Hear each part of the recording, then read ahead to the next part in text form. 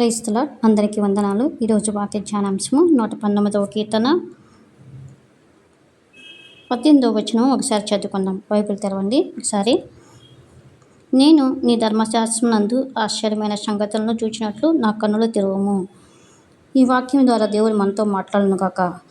ఈ వాక్యంలో ఒక మూల వాక్యం చూడండి.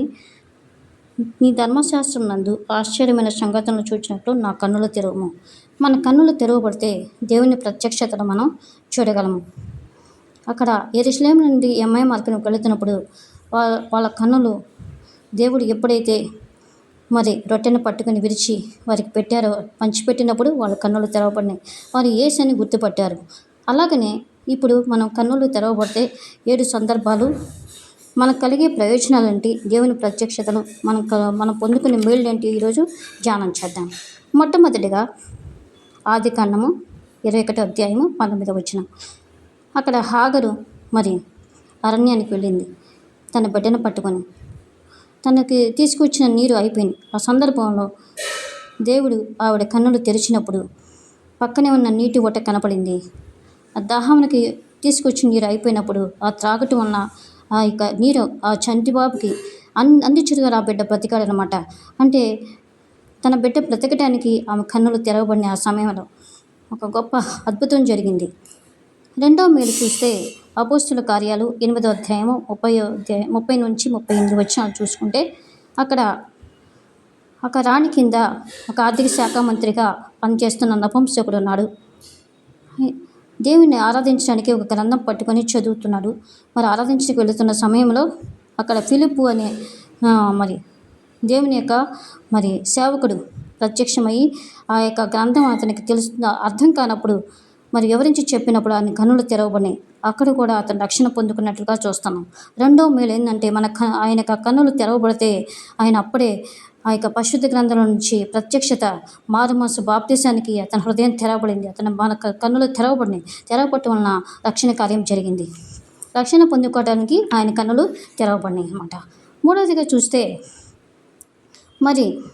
ఎలీషా శిష్యుడు గెహజీ ఉన్నారు. శత్రువులు దొమ్మిగా వస్తున్నారనమాట. ఎందుకంటే ఎలీషా మీదకి ఎలీషా సేవకుడి దగ్గరికి వస్తున్నప్పుడు ఆ సమయంలో ఎలీషా ప్రార్థిస్తూ ఉన్నాడు. అప్పుడే ఆ సమయంలో గెహజీ అంటున్నాడు, మన చుట్టూ శత్రువులు వస్తున్నారు మన మీదకి అని అన్నప్పుడు ఎలీషా కన్నులు తెరువు, శిష్యుడు కన్నులు తెరువని ప్రార్థించినప్పుడు శిష్యుడు కన్నులు తెరిస్తే దేవుడి యొక్క కాపుదల పెద్ద సమూహము వారి చుట్టూ ఉన్నట్లుగా, ఎలీషా చుట్టూ సైనికుడు సేవకుడి దగ్గర చుట్టూ ఉన్నట్లుగా చూస్తున్నాం అన్నమాట.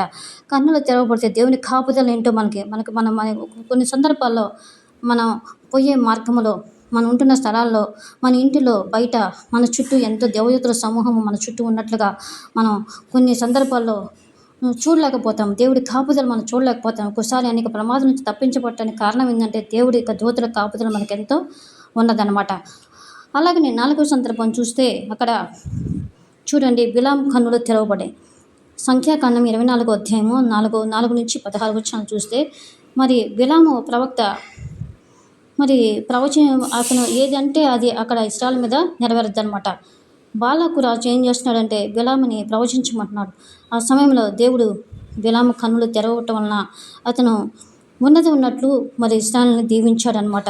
దేవోక్తిని పలికాడనమాట. కాబట్టి కన్నులు తెరవబట్టడం వలన, బిలాము కన్నులు తెరవబట్టడం వలన దేవుని యొక్క ఉపదేశాన్ని, దేవుని యొక్క మాటలను ఇశ్రాయేలు మీద పలికాడనమాట. కాబట్టి మనం కూడా ఒక్కోసారి మన నోట దేవుని మాటలు ఉంచుతాడు. ప్రత్యక్షను మనం పొందుకుంటాం. మనం ఏది మాట్లాడాలో అది మాట్లాడతాం అన్నమాట. అలాగనే 5వదిగా చూస్తే యెషయా కన్నులు తెరవబడినాయి. యెషయా గ్రంథం 6వ అధ్యాయం 1 నుంచి 4 వచనాలు చూస్తే అతను పరలోక దర్శనాన్ని, పరలోకంలో నిత్యము పరిశుద్ధుని గాన ప్రతిగానం చేయబడుచున్న మన ప్రభు అని యేసుక్రీస్తు ప్రభువాన్ని దర్శనాన్ని చూడగలిగినాడు అనమాట. పరలోక దర్శనాన్ని పొందుకున్నాడు అనమాట యెషయా భక్తుడు. కాబట్టి మనం కూడా అలాంటి ప్రత్యక్షత పొందుకొని దేవుడు ఆశపడుతున్నాడు. యెషయా కన్నులు తెరిచినట్లు మన కన్నులు తెరవబడినాయి. అందుకని మూలవాక్యం మనం చదువుకున్నాం కదా, నీ ధర్మశాస్త్రం ఆశ్చర్యమైన సంగతులను తెలుసుకున్నట్లు నా కన్నులు తెరవమని అంటున్నాడు. మన కన్నులు తెరవబడితే మన ఆత్మీయ ప్రత్యక్షతలు, దేవుని యొక్క దర్శనాన్ని మనం పొందుకుంటాం అనమాట. 6వదిగా చూస్తే సౌలు, కొత్త నిబంధనల సౌలు ఉన్నారనమాట. అతను ఎంతోమందిని మరి దేవుని బిడ్డలు హింసిస్తూ, ఈడుస్తూ, మరి కొట్టుతూ ఎంతో హింసపడుతున్నప్పుడు దమస్క పట్టణంలో మరి అపొస్తలుల కార్యాలు 9వ అధ్యాయం 15-14, 18 వచనం చూసినప్పుడు అక్కడ మరి దేవుడు దర్శించినట్లుగా చూస్తున్నాం. సౌలు కన్నులు తెరవబడినాయి. సౌలా సౌలా నన్నేలా హింసించిన దేవుడు అప్పుడు దర్శించాడు. అప్పుడు తన హృదయం, తన కన్నులు తెరవబడినాయి అనమాట. ప్రభా అని పలికినాడు. కాబట్టి అతని కన్నులు తెరవబడటం వలన అతని జీవితం మార్చిపోయింది. అతను అభిషేకం పొందగలిగినాడు. దేవుని సువార్థికుడిగా, దేవుని పరిచారకుడిగా ఏర్పరచబడ్డాడనమాట. కాబట్టి ఆయన కన్నులు తెరవబడిన బట్టి దేవుని బిడ్డలను హింసించడం మానివేశాడనమాట. తర్వాత 7వదిగా చూస్తే శిష్యుడైన యోహాను, ప్రకటన గ్రంథం రాసినటువంటి యోహాను కన్నులు తెరవబడినాయి అనమాట. ఆయన కన్నులు తెరవబడి ప్రకటన గ్రంథం 1వ అధ్యాయము 13-22 వచనాల వరకు చదువుకుంటే మరి ప్రకటన గ్రంథం అంతా కూడా మరి మొదటి అధ్యాయం కూడా మనం చదివినప్పుడు ఆత్మవిషుడై ప్రభు దినమందు మరి ఆయన పద్మాసు అనే ఒక దీపంలో ఉన్నాడు. ఆత్మవిషుడైనప్పుడు పరలోక ప్రకటన గ్రంథాన్ని రాయటానికి పరిశుద్ధాత్మతో నింపుకొని ఆత్మీయ మరి కన్నులు తెరవబట్టి ఆ గ్రంథాన్ని రాయటానికి ఉపయోగపడింది అనమాట.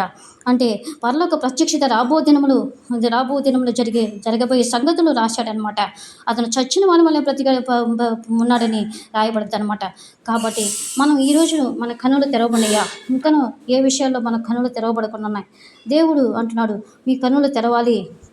ఏ రీతిగా దావీదు 119వ కీర్తన మరి మనం చదువుకున్నాం కదా, 18వ అధ్యాయంలో మన కన్నులు తెరవబడితే మనం అనేక ప్రత్యక్షతలు చూడగలుగుతాం.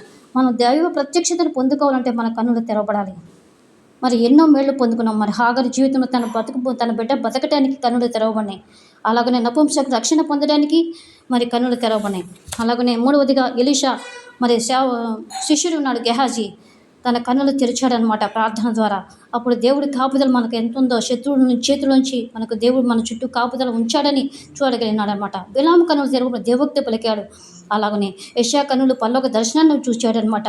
అలాగనే సౌలు ఎప్పుడైతే కన్నులు తెరవబడి దేవుని బిడ్డలు హింసించడం మానివేశాడు, తన జీవితం మార్చబడిందనమాట. అలాగనే యోహాను ప్రకటన గ్రంథం రాయగలిగినాడు. కాబట్టి దైవ ప్రత్యక్షతలు మనం పొందుకోవాలని దేవుడు ఇష్టపడుతున్నాడు. మన కన్నులు తెరవబడిన ప్రతిరోజు మనం ప్రార్థన చేయాలి. ప్రభా నా యొక్క కన్నులు తెరువు, నాలో ఉన్న చీకటిని కళ్ళకున్న పొరలను తీసివేయి, పరలోక ప్రత్యక్ష నేను చూడాలి అని ప్రార్థన చేసుకున్నాం. ప్రతి ఒక్కరూ ఈ యొక్క మాటలు విన్న వారందరూ దీవించబడుగాక. ప్రార్థన చేసుకున్నాం. ప్రేమగల తండ్రి, జీవాధిపతి, మీకు వందనాలు స్తోత్రాలు చెల్లిస్తానయ్యా. అయ్యా మా కన్నులు తిరుగుతండి. ఇంకా మా కన్నులు మేము చూడట్లేదు నాయన. మా కన్నులు కొన్న పొరలు తెలుసు, పాప పొరలు తొలగించు నాయన ప్రభా. ఆత్మీయ నేత్రాలు తెరవమని ప్రభా. ఏ రీతిగా బైబిల్ గ్రంథంలో 7 గురించి మాకు తేటపరిచారు. ప్రతి హృదయాన్ని తెరవండి, ప్రతి కన్నులు తెరవండి ప్రభా. ఈ మనోనేత్రాలు మాకు తెరవమని, ఇంకనూ మా దేశంలో ఎవరైతే అంధకారంలో ఉన్నారో వారి యొక్క కన్నులు తెరవమని, వారి మనోనేత్రాలు వెలిగించమని యేసు పేరిట అడుగుచున్నాను తండ్రి. ఆమేన్, ఆమేన్. ప్రభు కృప మీకు తోడై ఉండును గాక. ఆమేన్.